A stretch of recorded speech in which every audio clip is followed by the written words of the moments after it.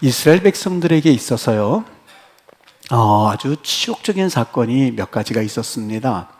개인적인 사건에서도 그런 치욕적인 것들이 있었고, 또 이 나라적인 면에서도 그 사건이 몇 번 있었습니다만은, 이 나라와 개인을 합쳐서 참 이스라엘 역사에 있어서 없었으면 하는 사건이 있었는데, 그 중에 하나가 지난주에 우리가 이야기했었던 고라와 아비람과 다단과 온이 모세와 아론에게 대적함으로써 250명이나 되는 사람들이 땅속으로 꺼져 들어간 사건이었었고, 또 한 가지 사건을 굳이 대라고 한다면 아들과 아버지의 사건이었었는데, 그것이 곧 나라에 대한 대적 사건이어서 참 치욕스러운 사건 중에 하나가 이 압살롬과 다윗의 사건이었습니다. 이 이스라엘에서는요, 모든 사람들을 만나고 또 같이 이야기 나눌 수 있는 장소가 이 성문 앞입니다. 그래서 지금도 성문 앞에 가면 돌로 만들어진 의자에 제일 연장자 되는 분이 그 돌 앞에 앉아서 성문으로 출입하는 사람들에게 인사도 하고, 또한 그들의 안부를 묻는 습관이 여전히 남아 있어서, 그래서 그 게이트 앞에는, 이 성문 앞에는요, 굉장히 복잡하고 부산하고 그렇습니다.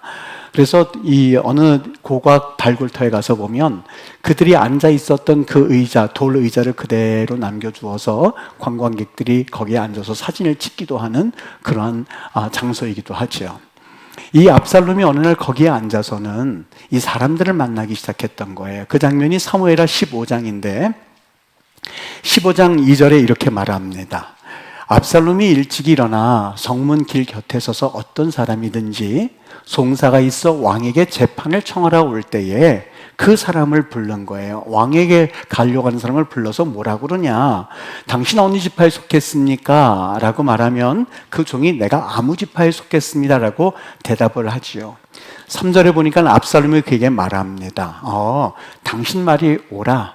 당신 말이 오는데 그 송사를 들을 사람을 왕께서 세우지 않으셨어. 그러니 4절에 내가 이 땅에서 재판관이 되고 누구든지 송사나 재판할 일이 있어 내게로 오는 자에게 내가 정의를 베풀기를 원하노라 라고 하면서 백성들의 마음을 훔치기 시작했던 거예요.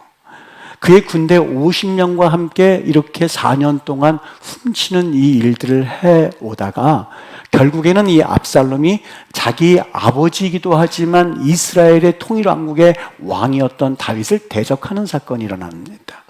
여러분, 다윗이 자신의 아들 압살롬을 물리칠 힘이 없었을까요? 있었죠. 그럼에도 불구하고 아들이니까 아들과 대적하지 않고 쿠데타 일으킨 아들에 쫓겨서 그가 이 기드론 시냇가를 건너서 광야로 도망을 갑니다. 그 장면이 있습니다.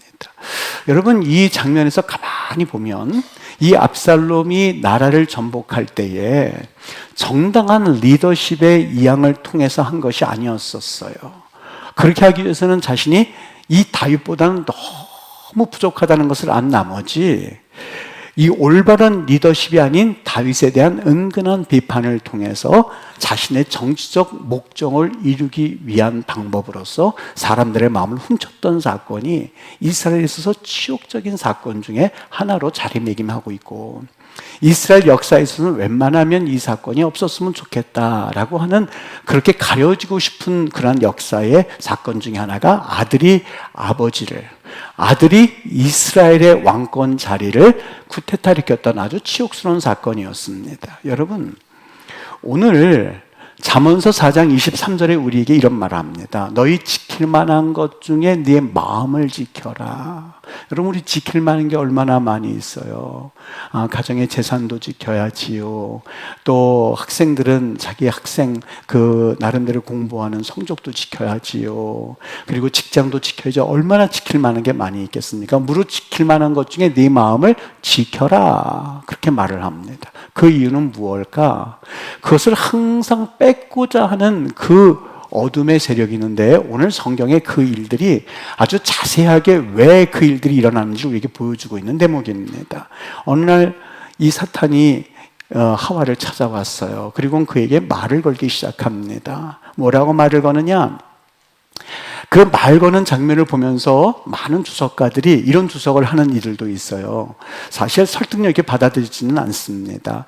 지금은 동물과 사람이 서로 대화를 하지 못하지만 천지 창조할 때 바로 그때는 바로 동물과 사람이 대화를 했기 때문에 뱀이라고 하는 그런 동물과 오늘 그 하와가 대화를 할 수 있었어요. 그렇게 이야기를 하는데 아니에요. 여러분, 그것은 좀 억지 해석이고 주석이고요. 성경 요한계시록 20장에 가서 보면 하나님이 어둠의 세력들, 사탄들을 무너뜨리는 장면이 요한계시록 20장에 나옵니다.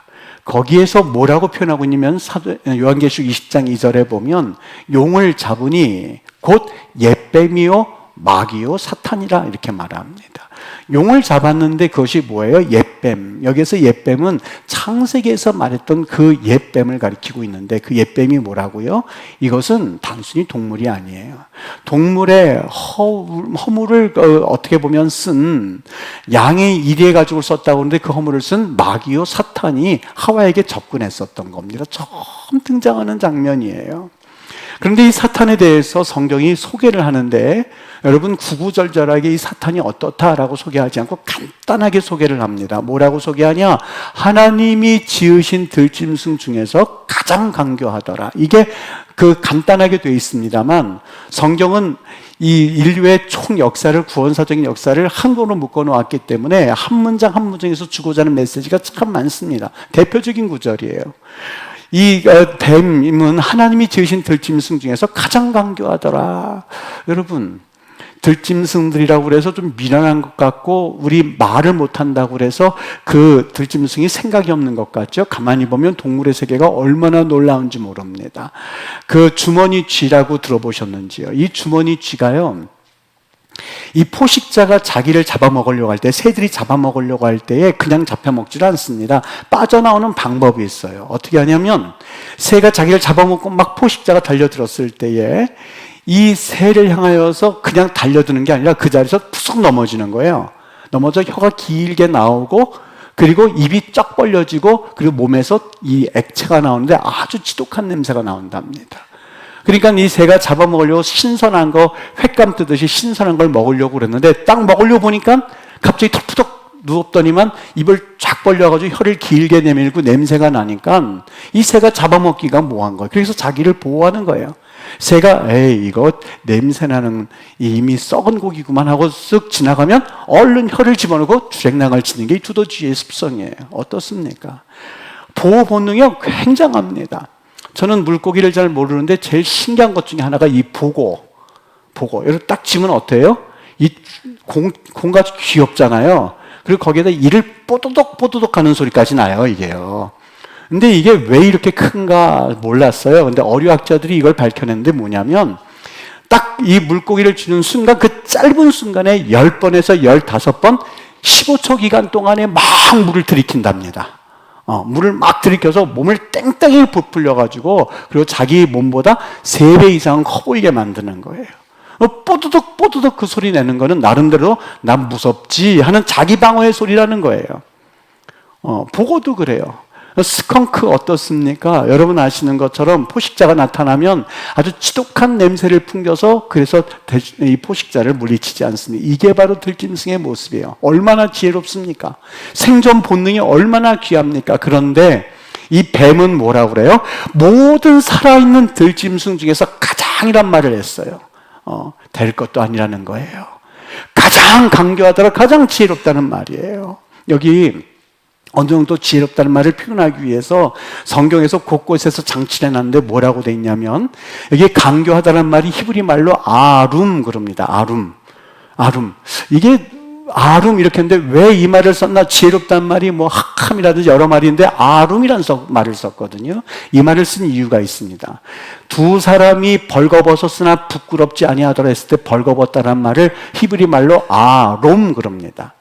점이 어디에 붙느냐에 따라서 이쪽에 붙으면 룸이라고 그러고 위에 붙으면 롬이라고 부르거든요. 똑같아요. 두 글자가 똑같아요.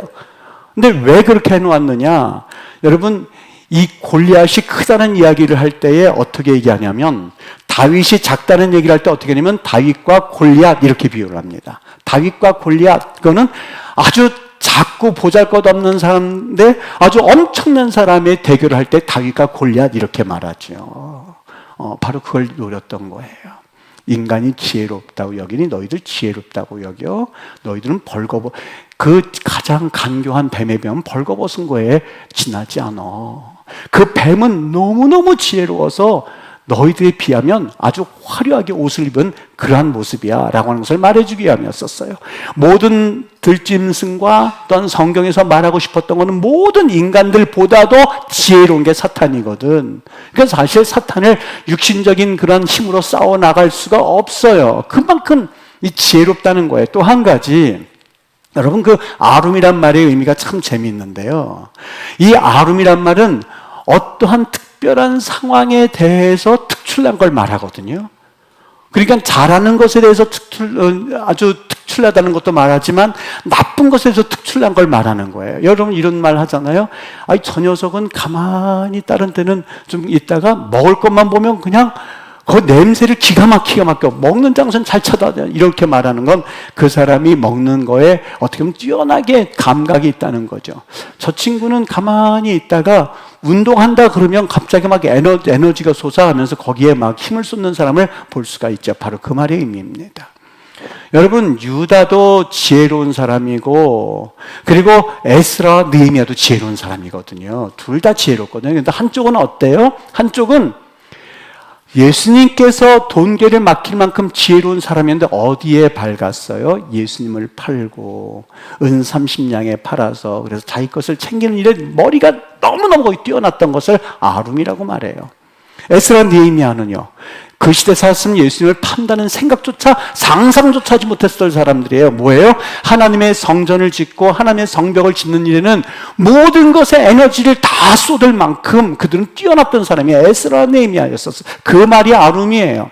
가장 강조하더라. 그 말은 하나님을 대적하는 데 있어서는 뛰어나더라. 선한 일을 하는 데 있어서는 무지하고 하나님을 영광 돌리는 데 있어서는 무지하고 하나님을 대적하는 데 있어서는 가장 누구보다도 뛰어나더라. 온 지혜를 가지고 그게 사탄의 정체였었던 거예요. 여러분 그 말을 하고 싶었던 거예요.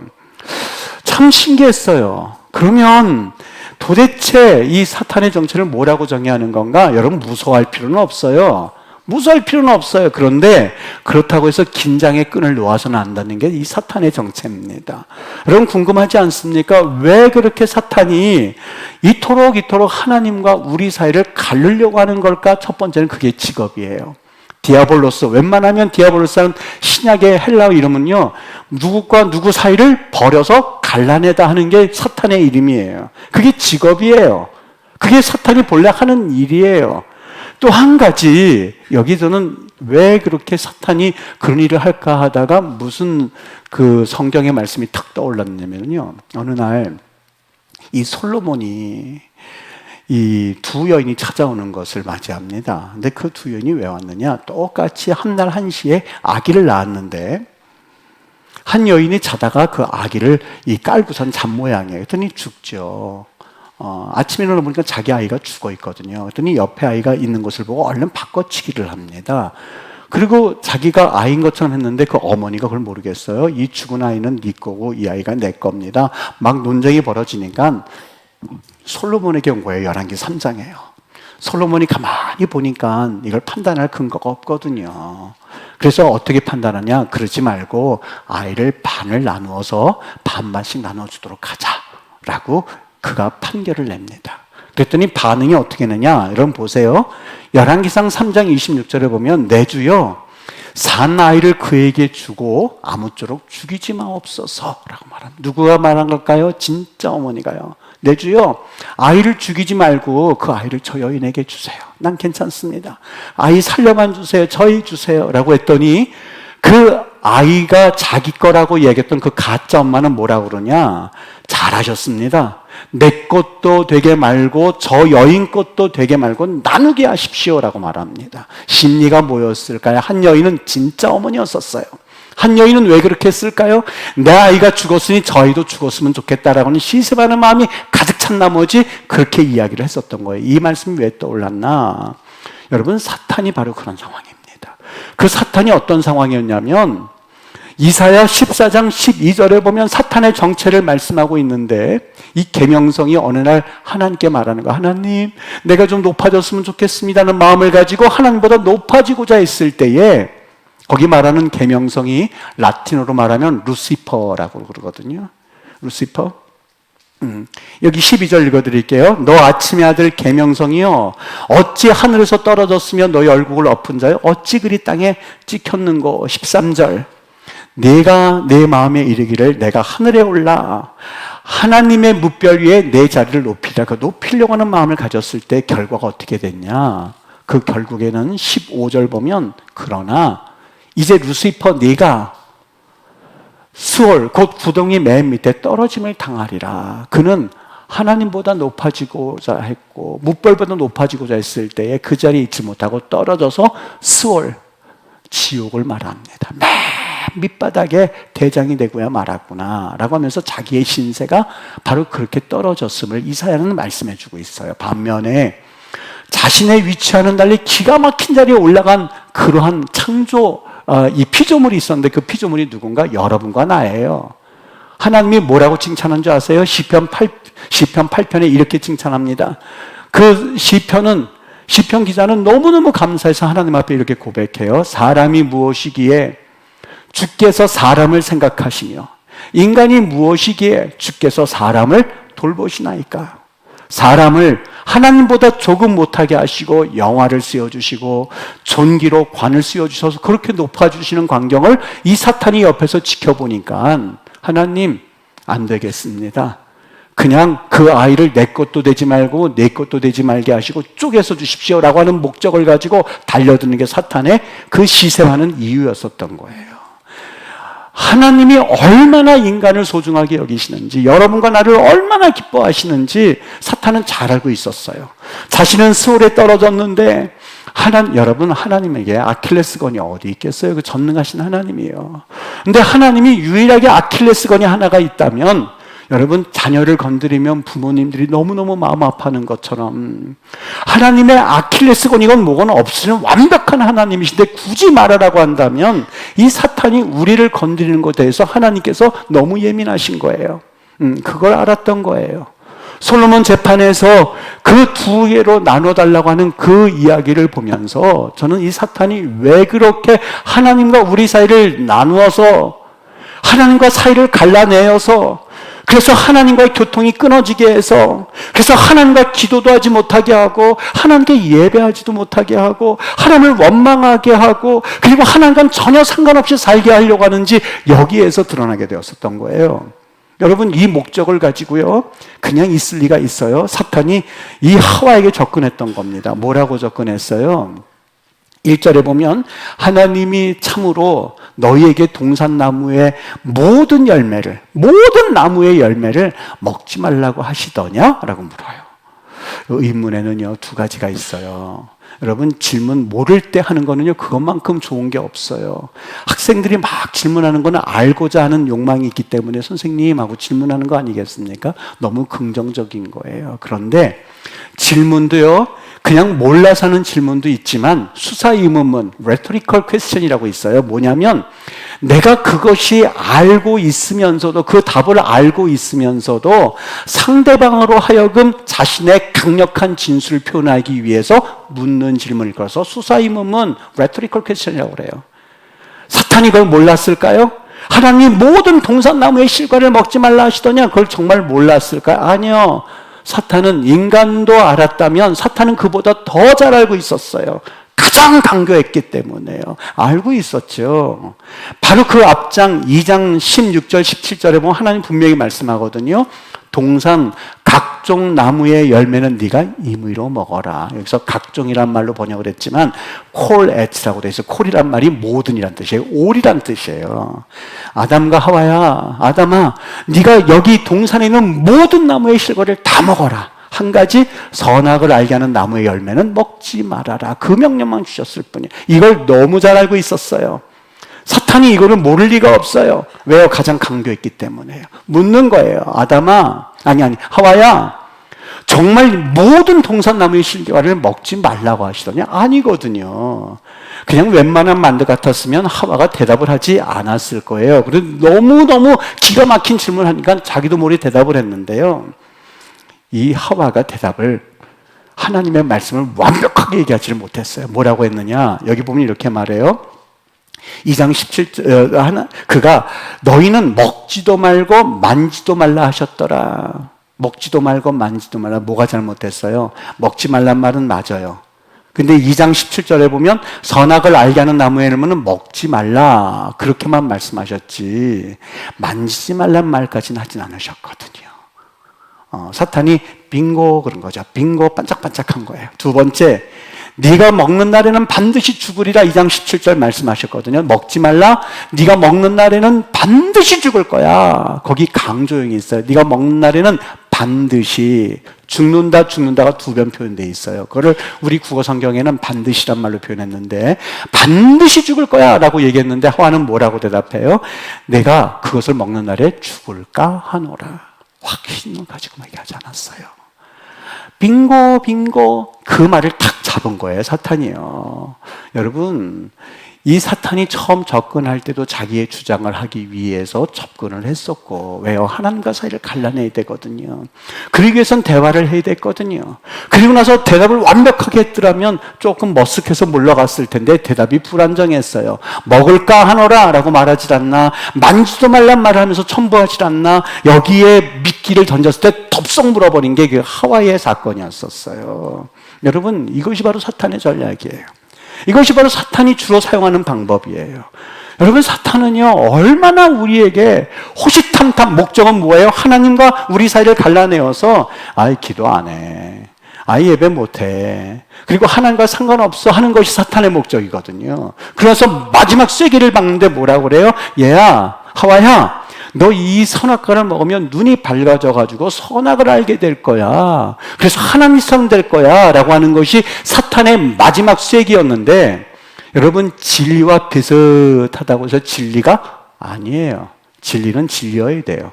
진리와 비슷하게 한 개, 두 개 섞고 한 개, 두 개 뺀다고 해서 진리가 될 수 없어요. 이건 진리가 아니에요. 잘 여러분이 분별하고 하나님 앞에서 분명하게 신앙적인 입장에 서야 되는 이유가 바로 여기에 있어요. 뭐라고 그래요? 눈이 밝아져서 하나님처럼 되어서 선악을 알게 될 거야. 여러분, 그들은 악은 알았어요. 악은 알았어요. 선을 몰랐어요. 악은 뭘까?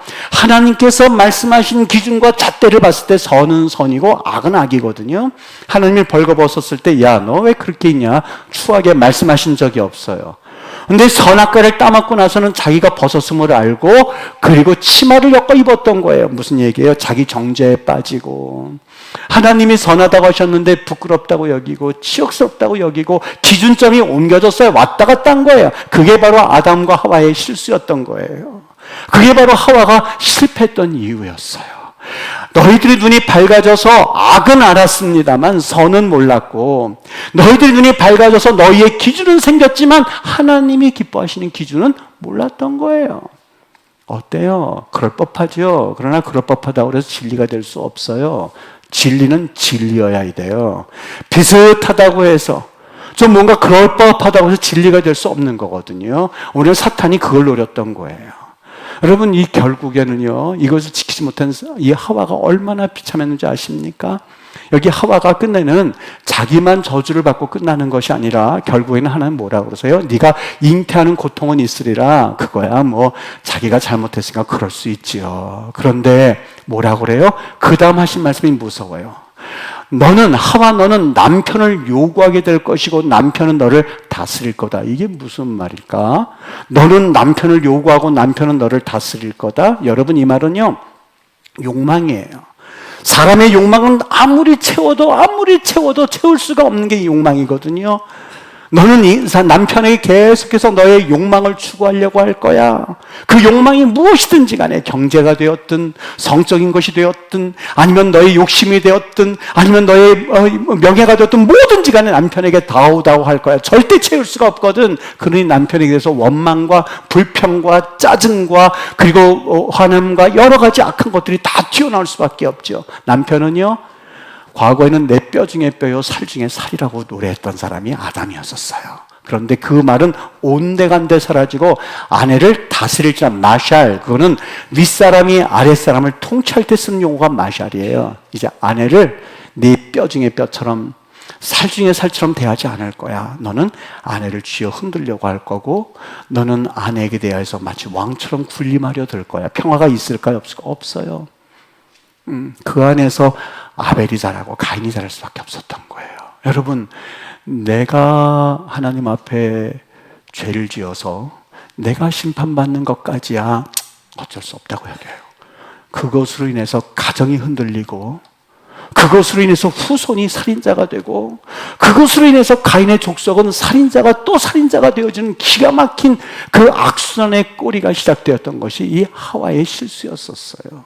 여러분, 이 악한 마귀가 바로 이걸 노렸던 거예요. 하나님과의 관계가 깨어지는 것은 물론이요, 그리고 저주받은 가정이 되어서 끝내는 하나님과는 상관이 없이 내 안에서 착한 일을 시작하시니까 끝까지 이루는 그 일을 보지 못하고 끝내는 저주의 구렁텅이로 빠지게 했던 것이 바로 이 사탄의 모습이었었거든요. 여러분, 너희 지킬 만한 것 중에 마음을 지켜라 라고 하는 것은 우리 하나님의 아킬레스건이 여러분이기 때문에 그래요. 여러분이 아킬레스건이에요. 여러분이 아킬레스건이에요. 여러분이 하나님과 끈이 떨어지고, 여러분이 하나님 앞에서 실족하여서 그 하나님과의 관계가 끊어지는 걸 제일 뒤에서 좋아하는 게 누구예요? 사탄이에요. 그거를 바라고 있었던 거예요. 여러분, 성경에 보면 이 여러 상황 가운데서 수많은 시편의 기자들이 이런 상황에 직면했어요. 그래서 영적인 몸부림을 하는데 뭐라고 하면서 몸부림하는지 들어보실래요? 시편 42편 1절, 11절 말씀, 이렇게 몸부림을 합니다. 뭐라고 그러냐? 네가 어찌하여 낙심하며 어찌하여 내 속에서 불안해하는가? 이렇게 말하지 않고요, 내 영혼아 라고 말해요. 내 영혼과 내 마음은 동격입니다. 같은 말이에요. 내 영혼아, 내 마음아, 네가 어찌하여 낙심하느냐? 네가 어찌하여 불안해하느냐? 네가 어찌하여 내 속에서 답답해하느냐? 바로 하나님을 바라라 하면서 자기 영혼을 향하여서 막 외쳐대는 이러한 간절한 영적 몸부림이 오늘 시편 기자는 있었던 거예요.